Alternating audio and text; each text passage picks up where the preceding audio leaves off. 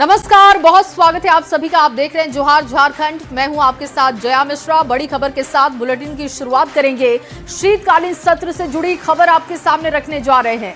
मंत्री इरफान अंसारी से उलझे प्रदीप यादव। स्वास्थ्य मंत्री के जवाब से प्रदीप यादव नाखुश दिखे, असंतुष्ट दिखे।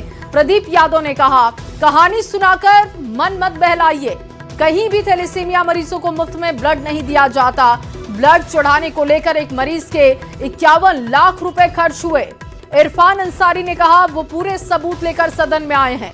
प्रदीप यादव ने स्वास्थ्य मंत्री पर सदन को गुमराह करने का आरोप लगा दिया और एक तीखी बहस, तीखी नोकझोंक सदन के अंदर दिखी। मशीन चोरी हो गया महोदय, रखा है सदन के पटल पर। और जिस प्रश्न को हमने पूछा है कि सरकार हमें बताए, आप बैठ जाइए मंत्री जी आदर पूर्वक, कि भाई हमने सरकार से जानने का प्रयास किया, क्या उन पीड़ित बच्चों को जो ब्लड पैक्ड सेल ब्लड दिया जाता है, वो आपके पास कोई सेंटर है इस राज्य में जो फ्रीली उन्हें ब्लड दिया जाता है? आप सीधे बताइए हमें। प्रश्न तो ऐसा है मेरा, है तो कौन सा है, कहाँ है, क्या सभी प्रमंडलों में है? हमें बताए तो। ठीक। माननीय मंत्री महोदय, हर जगह है ब्लड, हम लोग ट्रांसफ्यूजन कराते हैं महोदय, ये कोई बड़ी बात नहीं, हर जगह ब्लड कराते हैं। सदर हॉस्पिटल में हमारा है महोदय, रांची सदर हॉस्पिटल में है। दूसरा महोदय, बोन मेरो ट्रांसप्लांट इसका इलाज है। हम प्रदीप जी को कहना चाहते हैं, इसका जो ट्रीटमेंट है महोदय, एक ले रहे हैं, ये हल्का प्रश्न नहीं है अध्यक्ष महोदय। कह रहा है कि रांची में हम कराते, क्या पूरे राज्य के बच्चे रांची आएंगे? आप बताएं, मेरे पास ये प्रश्न है। और रांची में फ्री नहीं होता अध्यक्ष महोदय। मैं सारे सबूत को लेके आया हूं। देखिए, मैं एक ऐसे बच्चे का सबूत लेके आया हूं, साक्षी कुमारी, जो किसी और का नहीं, मुख्य सचेतक की पोती है अध्यक्ष महोदय। उन्होंने अपना जब यह ब्लड चढ़वाया तो उन्हें 51,51,000 रुपये खर्च हुए हैं। सरकारी अस्पतालों में भी खर्च होते हैं अध्यक्ष महोदय, वहां भी डे केयर में पैसे लिए जाते हैं। सर सुनिए, सदन को गुमराह नहीं किया जाएगा। आप प्रमाण दीजिए कौन फसलिया है। अगर सरकारी उधर मत जाइए माननीय मंत्री। और चलिए, विधानसभा से जुड़ी बड़ी खबर आपके सामने अब रखते हैं। बाबूलाल का सरकार पर आरोप, कोयला, पत्थर, खनिज खदान में लूट मची। ईमानदारी से काम होगा तो रॉयल्टी मिलेगी। सरकार ईमानदारी से काम नहीं चाहती, लूट का पैसा सीधे पॉकेट में जाता है। राज्य को दिवालिया कहने की चुनौती दी, हम केंद्र से पैसा दिलवाएंगे। बाबूलाल मरांडी का ये देखिए बयान आपको बता रहे हैं। दरअसल तीखी बहस कई मुद्दों पर सदन के अंदर दिखी। यह लापरवाही हो रही, जानता हूं सर, मैं क्लियर करना चाहता हूं सर, ये लापरवाही हुई है, मैं मान रहा हूं, लेकिन कोई घोटाला नहीं है। ये माननीय सदस्य की चिंता बिल्कुल जायज है। उस अनुदान को किसी तरीके से एक सिस्टम में लाया जाए। अध्यक्ष महोदय, मैंने पत्थर की खदानों को ठीक से आप चलाते तो आपको रॉयल्टी मिलता। आयरन ओर की खदानों को ठीक से ऑक्शन करके अगर आप संचालित करते तो आपको रॉयल्टी मिलता। लेकिन अध्यक्ष महोदय ये करेंगे नहीं, क्योंकि जिस दिन ये ठीक से करने लगेंगे तो सरकार के खजाने में पैसा आएंगे। और आज अगर 2 नंबर रास्ते पर जाता है तो वो पैसा किसके जेब में जाता है तो आप सबको अच्छी तरह से पता है। तो इसलिए अध्यक्ष जी, ये पैसा की रोना बार बार सरकार की ओर से करते हैं। मुझे लगता है ये मत रोइए, जनता देख रही है, समझ रही है, इतना बेवकूफ जनता नहीं है। जनता ने आपको मैंडेट दिया, या तो खड़े होकर के कह लीजिए कि झारखंड दिवालिया हो गया, हम कुछ नहीं कर सकते, तो हम केंद्र सरकार से बात करके मैं आपको दिलाऊंगा, लेकिन आपको ये करना पड़ेगा। और वहीं शीतकालीन सत्र के तीसरे दिन विपक्षी दलों ने सदन के बाहर हाथ में तख्ती लेकर नारेबाजी की, जमकर हंगामा किया गया। विधानसभा के बाहर विपक्ष ने बैनर पोस्टर के साथ प्रदर्शन किया और जेसीई सीईबी परीक्षा की सीबीआई जांच की मांग उठाई गई। बालू, कोयला, पत्थर और जमीन की लूट बंद करने के साथ ही धान खरीद के मुद्दे पर जोरदार तरीके से प्रदर्शन किया गया, जिसकी तस्वीरें आप देख रहे हैं।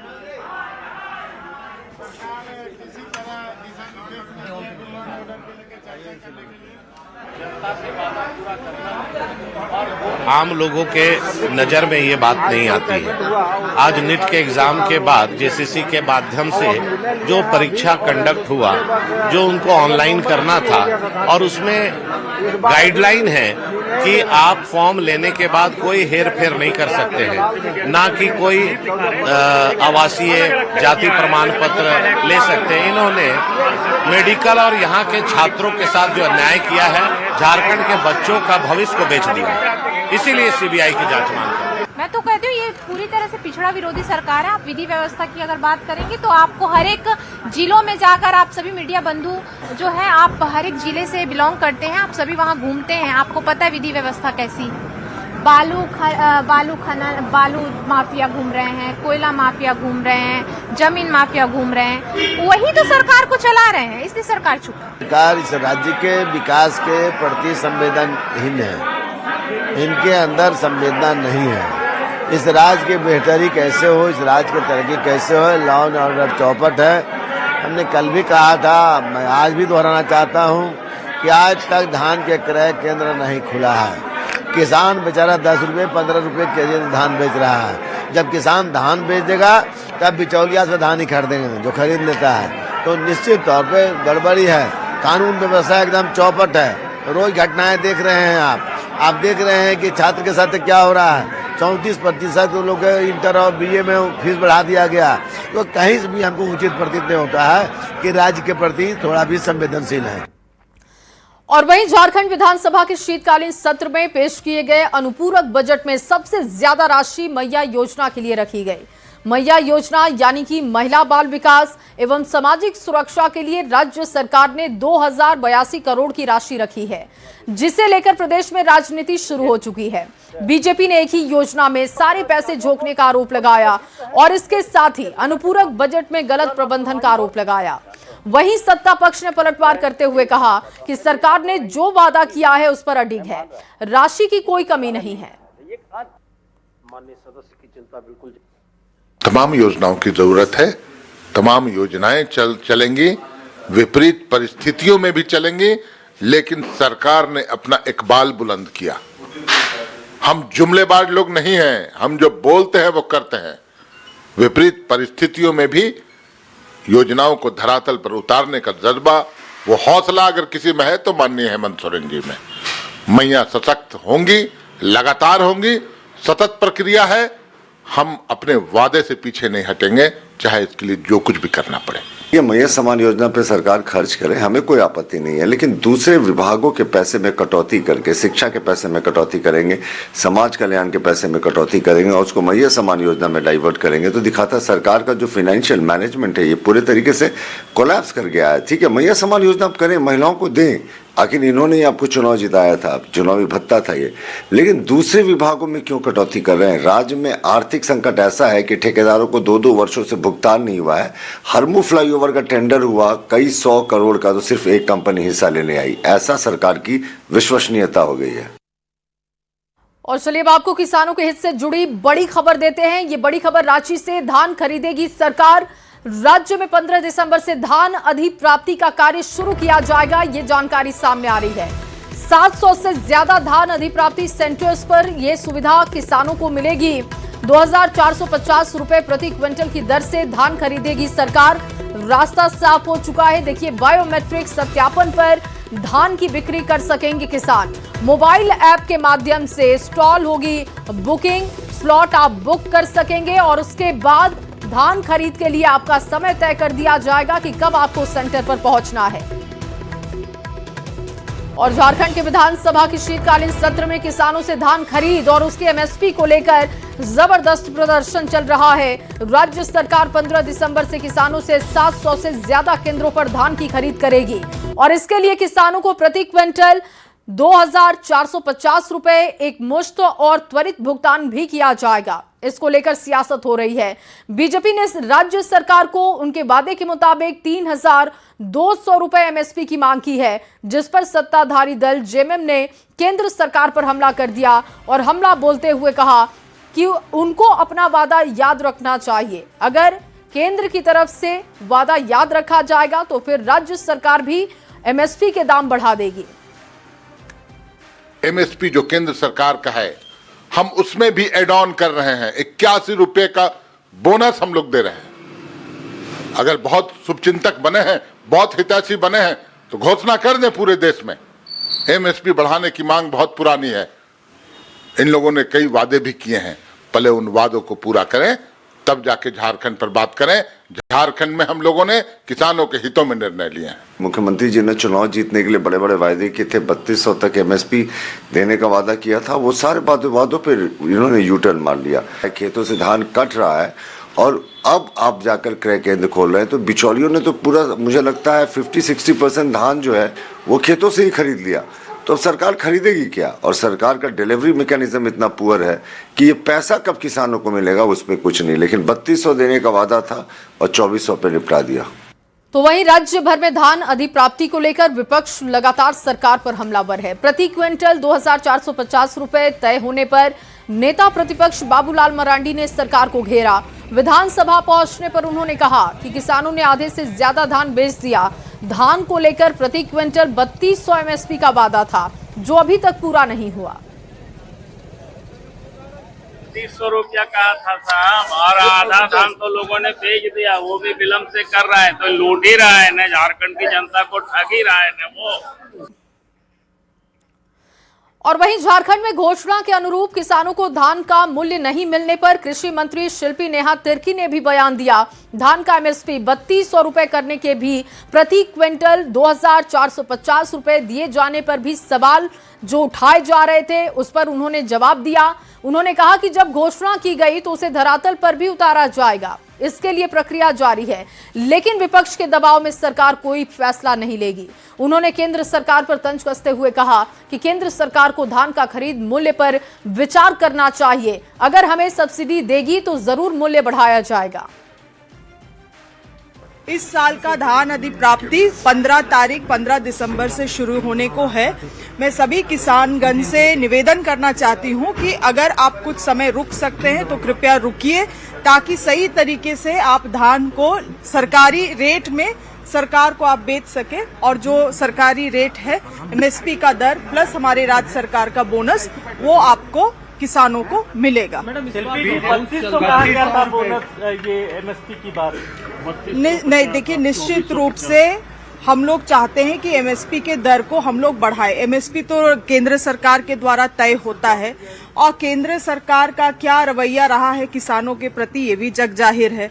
हम लोगों का प्रयास रहता है कि बोनस को, अतिरिक्त बोनस को हम लोग बढ़ा के उनका जो दर है उसको बढ़ाने का काम करें। मगर हमारी सरकार ने जो वादा किया है, हम धीरे धीरे उस दर तक पहुंचने का काम हम लोग करेंगे, हमारी सरकार करेगी। अगर केंद्र सरकार जो लगातार किसानों का मांग रहा है कि एमएसपी को अगर लीगलाइज कर देती, कि प्राइवेट में भी अगर आप खरीदिएगा तो सरकारी दर से ही खरीदना है, तो कितना भलाई आम किसान का हो पाता।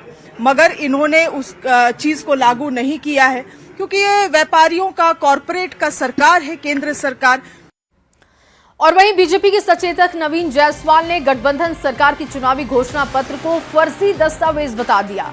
उनका आरोप है कि सरकार हर वादे से मुकर रही है। उन्होंने साफ कहा कि जब तक सदन में किसानों के सवालों पर जवाब नहीं दिया जाएगा, विपक्ष अपना विरोध जारी रखेगा। बयान सुनते हैं। उसमें 2450 में आ गया। तो इसका मतलब है कि चुनाव के पहले जो इन्होंने घोषणा पत्र कांग्रेस, जेएमएम, आरजेडी ने संयुक्त रूप से जारी किया था, वो फर्जी था। ये सरकार जनता को ठग करके, जनता को मुंगेरी लाल के हसीन सपने दिखा करके वोट ले ली, और वोट के बाद चोट दे रही है और एक एक किसान करा रहे हैं। लेकिन अब किसानों के मुद्दे को तो कल कैबिनेट की बैठक में आप लोगों से छीन लिया गया। देखिए, किसानों के मुद्दे पर आप 2450 देने का वादा किए। और चलिए आगे बढ़ते हुए बड़ी खबर दुमका से आपके सामने रखते हैं। एसीबी लगातार आईएएस विनय चौबे के करीबियों पर शिकंजा कस रही है, और रांची के बाद अब देखिए एसीबी ने दुमका में छापेमारी की। दुमका में व्यवसायी के आवास पर एसीबी की टीम पहुंची। ईडी के बाद दुमका में एसीबी की रेड देखने को मिली है। प्रतिष्ठित व्यवसायी के घर पर छापेमारी हुई। नवीन पटवारी का ये मकान बताया जा रहा है, जहां पर एसीबी की टीम पहुंची। कड़ी सुरक्षा के बीच छापेमारी जारी है।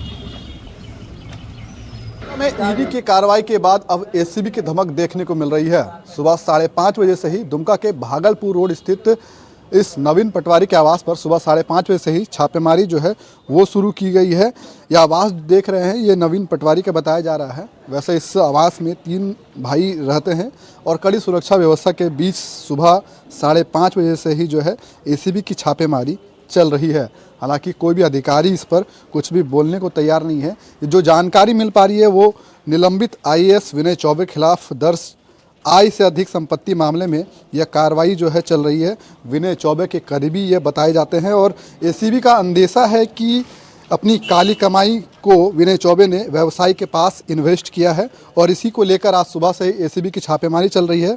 रांची में व्यवसायी श्रवण जालान के बाद अब दुमका के व्यवसायी नवीन पटवारी के ठिकानों पर छापेमारी चल रही है और छापेमारी खत्म होने के बाद ही यह स्पष्ट बताया जा सकता है कि क्या कुछ निकल कर सामने आता है। नितेश कुमार, न्यूज़ 18 दुमका। और अगली खबर रांची से, जहां हाई कोर्ट के निर्देश के बाद रिम्स परिसर में अतिक्रमण हटाओ अभियान चलाया जा रहा है। पहले सड़क किनारे लगे हुए दुकानों को प्रशासन ने अतिक्रमण मुक्त कराया और फिर रिम्स परिसर के अंदर अवैध रूप से निर्मित दुकानों को हटाने का काम किया गया। सीओ ने कहा कि कोर्ट के आदेश के बाद ये कार्रवाई हो रही है। उन्होंने कहा कि कुछ जगहों पर विधायक रामेश्वर उरांव ने भी अतिक्रमण किया है, उसे भी हटाने का काम हो जाएगा।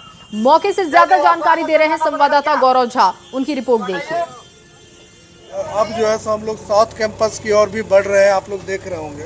तो एक छोर से हम लोग खत्म करते करते डीआईजी ग्राउंड में हम लोग एंड करेंगे और ये जब तक इंक्रोचमेंट नहीं हटेगा तब तक जो है सो ये कार्रवाई चलती रहेगी। रिम्स के अधिग्रहण क्षेत्र में और जो इलीगल रूप से कंस्ट्रक्ट हुए होंगे तो हमारे जो सीमांकन में और जो ये क्या बोलते हैं रिम्स के भूमि पे जो निर्मित होंगे तो निश्चित उस पर कार्रवाई होगी। ये रिम्स परिसर का इलाका है। रिम्स परिसर के इलाके को अतिक्रमण मुक्त कराने के लिए रिम्स प्रबंधन के साथ साथ जिला प्रशासन, स्थानीय पुलिस प्रशासन, स्थानीय सीओ यहाँ पहुँच चुके हैं। ये रिम्स परिसर के अंदर का वो जगह है। इस मंदिर को लेकर पहले भी विवाद रहा था कि मंदिर को परिसर के अंदर रखा जाए या बाहर। फिलहाल यहाँ आप देखिए कि जेसीबी जो है उसे ला दिया गया है। पहले सड़कों को खाली कराया गया और अब सड़कों को खाली कराने के बाद रिम्स के अंदर जिस जगह से रिम्स प्रबंधन दीवार देना चाह रही है वो अगर रिम्स की जमीन है तो वहां स्थानीय सीओ और पुलिस पहुंचे हैं। उस जगह को जेसीबी के माध्यम से मार्किंग कराया जा रहा है।